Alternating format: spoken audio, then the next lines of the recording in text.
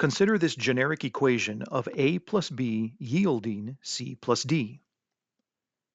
J, K, L, and M are the coefficients in the balanced equation. Notice the double arrow symbolizing the reaction is at equilibrium. At some temperature, we can set up this ratio, K, called the equilibrium constant.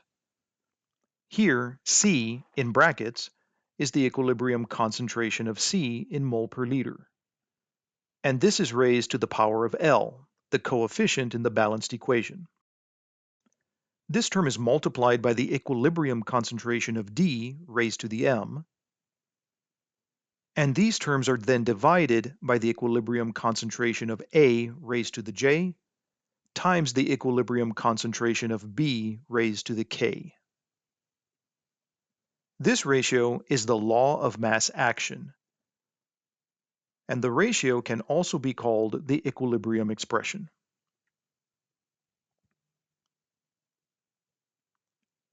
The law of mass action can also apply to equilibrium in the gas phase. For example, if the phases were gas instead of aqueous, then the law of mass action gives an equilibrium constant called Kp. Notice how the concentrations are now replaced with the partial pressures of each gas. Let's bring back our previous example. Notice that all the species in each respective equation are in the same phase. This is an example of homogeneous equilibrium. This is very important to determine when writing the equilibrium expression. Chemical equilibrium depends only on concentrations for solutions or partial pressures for gases. This is because these properties change when a system goes to equilibrium. Pure solids and liquids are omitted from the equilibrium expression. This is because the activity, or concentration, is not changing. The pure substance is still a pure substance when a system goes to equilibrium. For example, consider our original equation, except here I changed the phases of B and D to liquids. They would not be included in the equilibrium expression. Only C and A would be included. This is called heterogeneous equilibrium. One final word before moving on to some examples. Here's the original homogeneous example. But imagine the reverse equation. I'll call the equilibrium constant K prime. In this case, notice how the terms switch places. This is essentially the inverse of the original K, or 1 over K. Again, back to the original equation. The coefficients are used to balance the equation. If each coefficient is multiplied by a constant, I'll call the constant here x, then the equation is still balanced.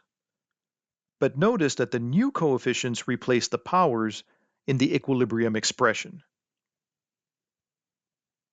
Mathematically, this is the original equilibrium constant raised to the constant x. Now, let's find some equilibrium constants and discuss the meaning of the equilibrium constant.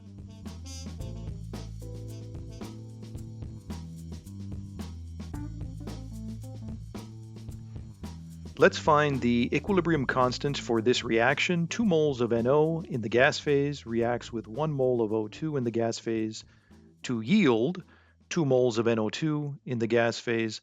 We have the double arrow indicating the system is at equilibrium, and at equilibrium we have the molarities. Now, even though we're in the gas phase, gases, we can still report the moles per liter of gas. And so here we have the molarities. So here's our equilibrium expression. K is equal to the concentration of NO2, so the products go in the numerator, and that's raised to the 2 because of the coefficient of 2 in the balanced equation, divided by the concentration of NO. So the reactants go in the denominator. This is raised to the 2 because of the coefficient of 2. And this will be multiplied by the concentration of O2, and that's raised to the 1. So let's go ahead and plug in our numbers. Equilibrium constants are generally reported without units, so I'm going to leave the units out of here. And that's it. So 15.5 squared divided by the concentration of NO, and that's going to be squared. And then we multiply times the concentration of O2. This 15.5 squared is going to be divided by this whole term in the bottom, the denominator. And to 3 significant figures, we get a value of 6.44 times 10 raised to the positive 5.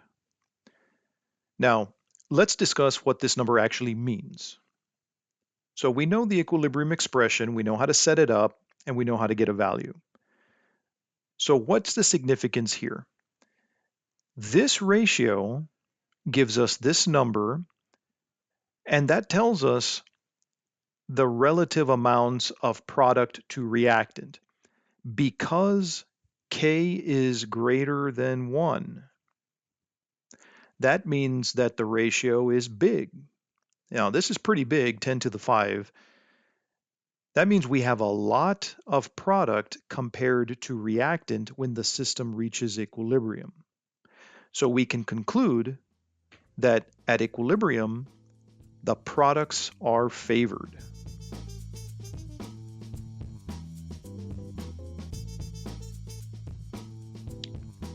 By a lot. That's a pretty big number right there. Again, when we reach equilibrium, we'll have a lot more product compared to reactant concentration.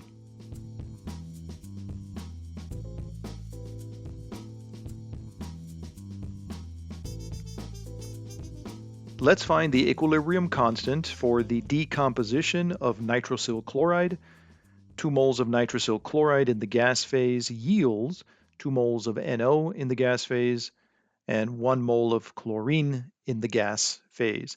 Now, notice the partial pressures are given to us, and so that means that we'll solve for the equilibrium constant in terms of the partial pressures, the Kp.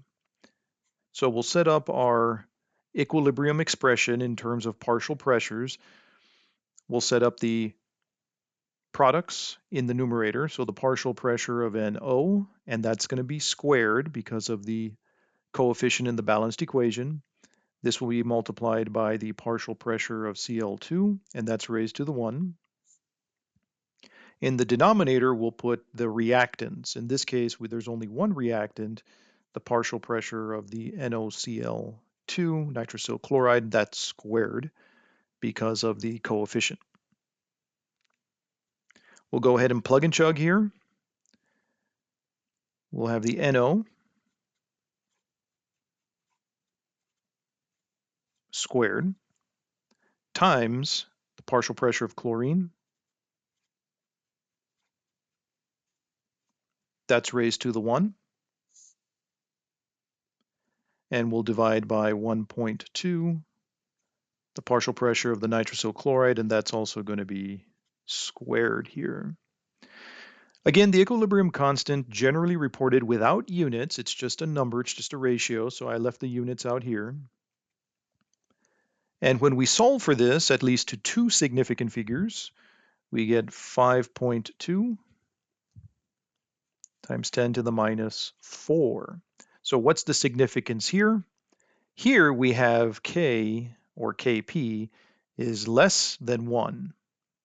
So why does that matter? Well, what does this tell us? This tells us that the number is less than 1 because when the system reaches equilibrium, we have a lot more reactant. We have a lot more denominator partial pressure compared to the numerator partial pressure. In other words, when the system reaches equilibrium, we have a lot of reactant and little product. So this system doesn't really want to go to the product side. The nitrile chloride, at least at this temperature, doesn't want to decompose. That's what this number tells us right here. So for Kp or K less than 1, the reactants are favored at equilibrium.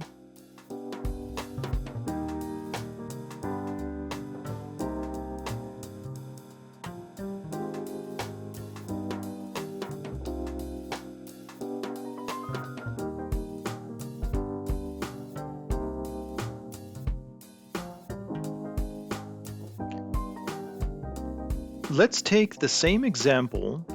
We already found the Kp. Here's some information I didn't give you in the introduction. This reaction happens at 25 Celsius. We need to know that. What is the relationship between Kp and the equilibrium constant K? In other words, Kp is in terms of the partial pressures, and our K, our equilibrium constant, is in terms of the molarities. And so there is a relationship here. It actually comes from the ideal gas law. Kp is related to K by this equation here, where K is multiplied by RT, and this is raised to the delta N. Delta N is the change in the number of moles of the reaction. In other words, right here, there are 2 moles in the reactant side, and there are 2 plus 1 moles being produced on the product side. So the delta is going to be the products, 3 mole minus 2 mole from the reactants. And so delta N is simply 1 in this example. Of course, in other examples, this might change. And so we can solve for K if we know this term right here. The other thing we need to know is R is the ideal gas law constant. T is the temperature in Kelvin. So let's convert that here. 25 Celsius will add 273.15. Of course, to 0 decimal places, we're adding. So sig fig rule says to 0 decimal places. This is simply just 298K. Okay, so let's solve for K. We can divide both sides by RT. Now again, that's raised to the 1. So that'll cancel. And so our K is equal to Kp over RT. Our Kp from our last example, 5.2, 10 raised to the minus 4, divided by R. Again, I'll leave the units out only because our constant is typically reported without the units. And this is 298K. To 2 significant figures, this is 2.1 times 10 raised to the minus 5. So this is the equilibrium constant in terms of the molarities. This is the equilibrium constant in terms of the partial pressures. The values are different, and that's because of the relationship between the equilibrium constant K and the Kp, but both values are still less than 1. So still, the reactant side is favored at equilibrium.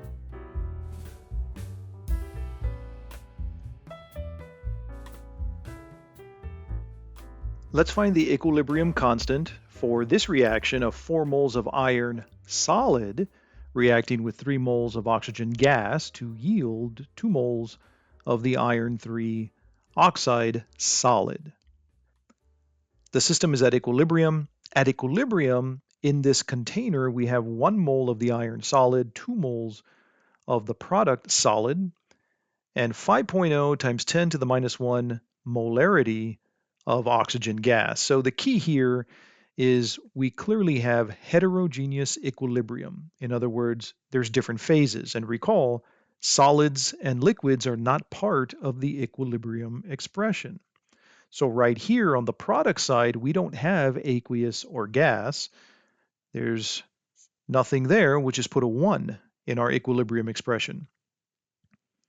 In the denominator, we're going to put the reactants, but in this case, we have iron solid, which is not included in the equilibrium expression. So right here is an example where we only have oxygen included in the expression. This is raised to the 3 because of the coefficient. And that's it. Let's plug that in. And at least 2 significant figures. This is 8.0.